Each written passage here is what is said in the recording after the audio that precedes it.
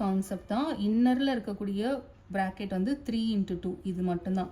இதை தவிர்த்து மற்றதெல்லாம் அப்படியே இருக்க போது. ஸோ நான் அதை அப்படியே எழுதுகிறேன் எல்லாத்தையும். 24 அப்படியே இருக்கும், டிவிஷன் சைனும் அப்படியே இருக்கும், இந்த பெரிய ப்ராக்கெட்டும் அப்படி தான் இருக்கும், 8ம் அப்படியே தான் இருக்கும், அதுக்கப்புறம் வரக்கூடிய மைனஸ் சைனும் அப்படியே தான் இருக்கும்.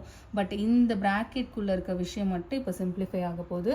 So 3 2s are 6, bracket close பண்ணுங்கள்.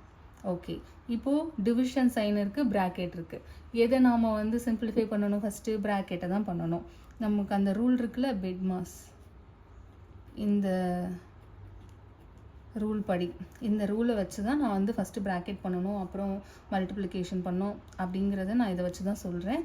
ஸோ இப்போ ப்ராக்கெட் முடிச்சுட்டு தான் நம்ம டிவிஷனுக்கு வர போகிறோம். அது வரைக்கும் டிவிஷன் அப்படியே தான் இருக்கும். ஸோ இந்த ப்ராக்கெட்குள்ளே என்ன நடக்கும்? 8 - 6 அப்படிங்கிறது 2. ஸோ 24 divided by 2 அப்படின்னு வந்து நிற்கிது. இது வந்து 12. 24 2ஆல் டிவைட் பண்ணோன்னா